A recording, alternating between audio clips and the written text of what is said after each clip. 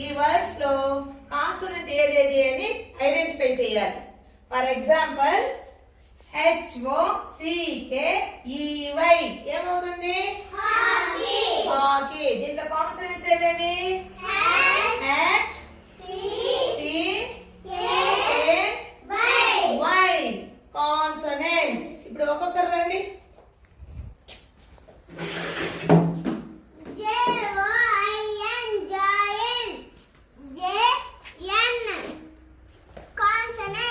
Very good. Next.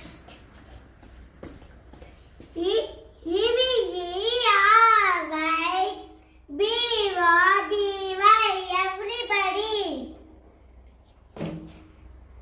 We are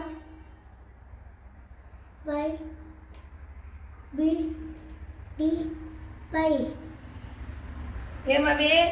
consonant.